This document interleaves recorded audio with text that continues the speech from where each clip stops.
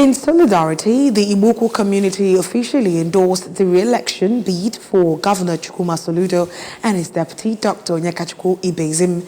The endorsement was marked by a spirited rally attended by community leaders, residents and youths, all united in their commitment to ensuring the continuity of the Soludo Ibezim administration. ABS Government House correspondent Ejike Abana filed in the report.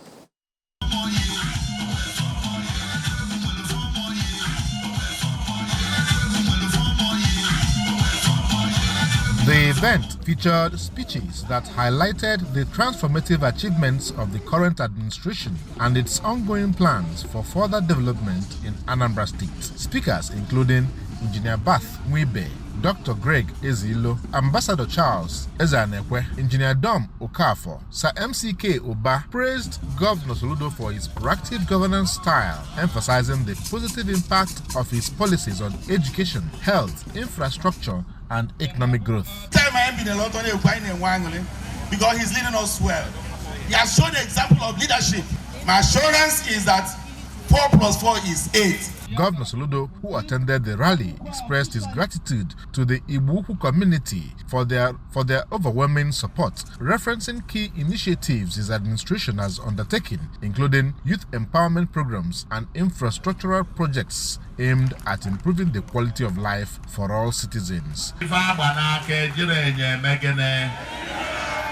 If I na gwande Anambra bona I can remember if any now on my general hospitals, my schools, my days and that 1 youth 2 skills where we have empowered over 5,000 youths this month and next month we will empower another 8,700. We are creating youth millionaires. Youth millionaires. Aya keje tuna ya olwa tu egu. Olwa na to ayegu. Olwa na to ayegu.